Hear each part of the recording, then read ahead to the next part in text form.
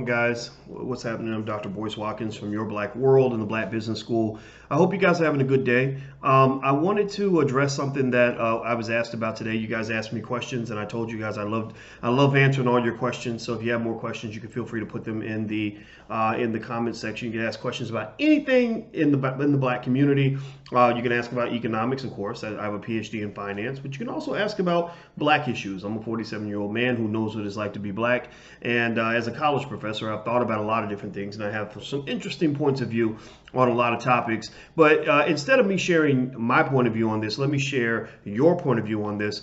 Somebody asked me about Tamron Hall. Tamron Hall used to be on the Today Show, and Tamron was replaced on the Today Show. And I remember reading an Essence magazine article in which they said that Tamron made Black history by being the first Black anchor on the Today Show. And I was actually saying, this is 2 years ago, I said, be very careful about saying that someone made Black history because they were given some sort of opportunity from white people. White people have no permission to make Black history. Being accepted by white people does not make you special in the Black community. That there's no Black history being made by white people except for the history in which we talk about things we've done to overcome the oppression, not times where we are accepted into a white supremacist system. So it doesn't mean that I was saying Tamron Hall wasn't good at what she did. It's me saying that you should not allow 1 ounce of your self-esteem to be dependent upon whether or not those people decide, or other people, I'm going to say those people, that sounds mean, other people decided they like you or not. With that said, let's jump into the conversation a little bit deeper.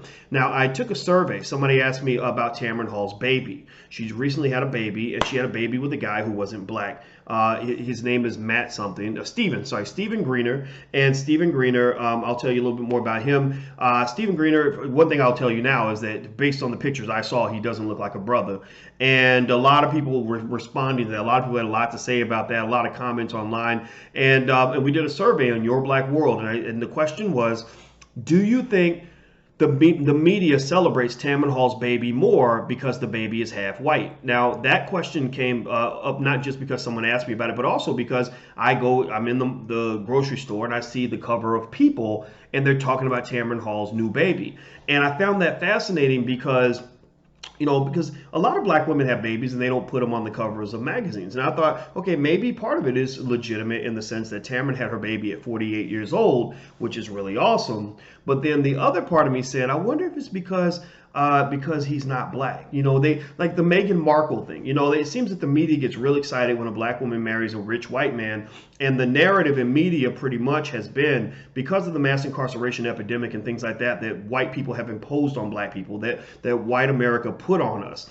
A lot of our men are gone. A lot of Black men are struggling. And what they're kind of saying to the Black woman through shows like Scandal and other shows is, you need to give up on your men, stop limiting your options, because when you're focusing on building the Black community, you're fighting a losing battle. Just go ahead, give up, just go disperse yourself amongst everybody else, and you're going to have a better life, right? So I think that's where the celebration of the whole Meghan Markle thing, kind of comes from. They don't really put Black babies on the cover of People magazine that often, unless it's maybe Beyonce and Jay-Z's baby or something like that. So that was the first thing that kind of popped into my brain. And so as a result of the survey, 69% of the respondents, 69% said that they do believe that the media is celebrating Meghan Markle, Tamron Hall's baby, more because he's half white. 69% said yes. 13% said no, and I gave an out in the survey where there's a third group, 18%,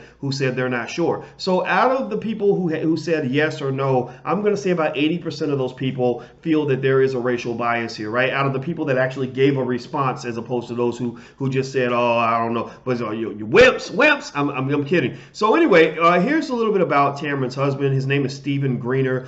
Stephen Greener is in the media industry. He sounds like he's paid. There's a picture I just saw of the two on some beach that looks like they're in Greece or something, and they're holding up wine glasses, and she's got on her hat with sunglasses, and she's looking wonderful and happy, and he's like, yeah, I'm rich, and I got this Black woman next to me. And who wouldn't be happy if they get the honor of having a Black woman next to them? I mean, some of y'all brothers got to learn how amazing Black women can be. And so he's like, I got the prize, and she's like, look, I got me a white man. Are we happy together, y'all? But oh, by the way, so I will say this though. I'm not disparaging her or anybody who has an interracial relationship. That's not really the issue. I think the issue is not so much with Tamron, but more so about the rest of us. Tamron doesn't necessarily control how the rest of us react to this. And what I find is that there's a mix. There's either anger or there's glee when a black woman is hooked up with a white dude, right? Either the anger is from people that feel like, you know, if you date somebody outside your race, you're a sellout, you're a loser, you're bad. I'm not one of those people. I don't feel that every person who has had an interracial relationship is a bad person. I have people in my family who've had interracial relationships, interracial marriages, and I love them all the same. I don't judge them, but at the same time, I'm not a person who would do that. I wouldn't do that. If I ever get married, and I'm just write it down, record this. If I ever get married and y'all see that I'm marrying, you know, Becky or whatever, y'all have the right to just be like, Boyce, you big lying ass hypocrite. And then I might be like, but I met Becky and she's just so wonderful and I was wrong. Whatever. It ain't gonna happen.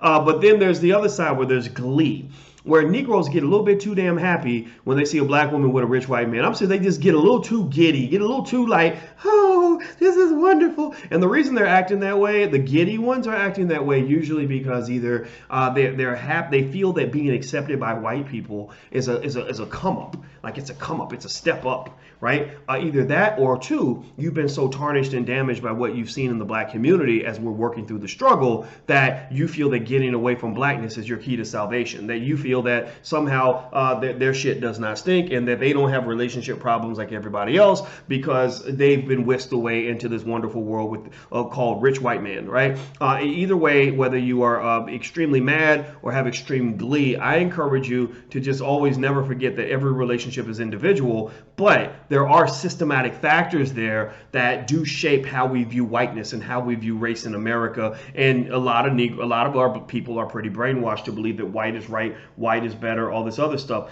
And so anyway, long story short, I'm going to say, you know, that I'm impressed that Tamron had a baby at the age of 48. I think that's pretty extraordinary, dangerous, but good for her. I'm very happy for her that she did it successfully. Two, I don't think there's anything special about this relationship or the child other than the fact that she had the baby at 48. So I do wonder why there's a sudden interest in the national media in Tamron Hall when there wasn't very much interest before. After she left NBC, she seemed to kind of fall off. But suddenly she's had a come up because she's got this baby. And I bet you that if she was having a baby with a black man, that come up would not have happened. So whether you think that Tamron's good or not good, or you think I'm being ridiculous by even talking about it or not, you cannot convince me that a baby with a black man would have gotten the same media attention as a baby with this guy, right? I just wouldn't believe you. I don't think that's accurate. You know, but then third, I think we got to look at media. You know, don't forget there is an agenda. The agenda they're pushing on black people is two things: interraciality and gayness. Like they really feel that you're homophobic and they want you.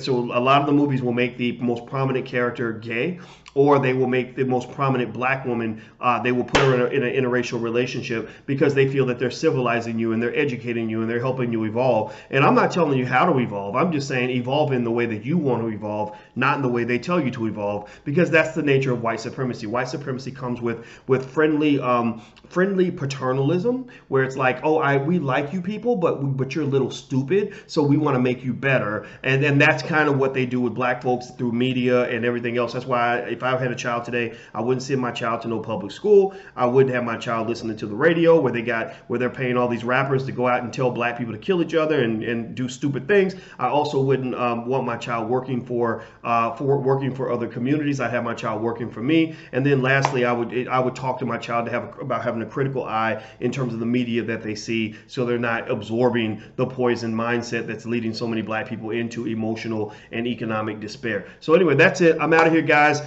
Make sure you hit the thumbs up button, hit the subscribe button, hit the share button, share this video. And if you want a free e-copy of my book, It Takes a Village to Raise the Bar, go to drboycewatkins.net. That's drboycewatkins.net. If you want text notifications when I go live, all you have to do is text the word Boyce to 31996. Text Boyce to 31996. And don't forget, we're on iTunes and SoundCloud, so you can download my podcast there as well. I'm out of here. Take care and have a good day. I'll see you soon. Peace.